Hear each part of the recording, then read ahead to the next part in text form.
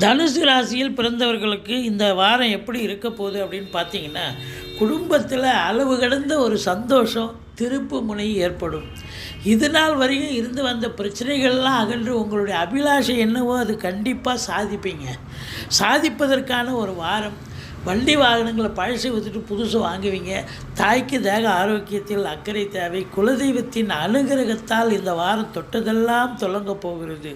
தொழில் ரீதியாக மட்டுமல்ல, உத்தியோக ரீதியாக மட்டுமல்ல, பணம் பல வகையில் இருந்து பல வழிகளில் இருந்து உங்களுக்கு வருமானம் வரும்.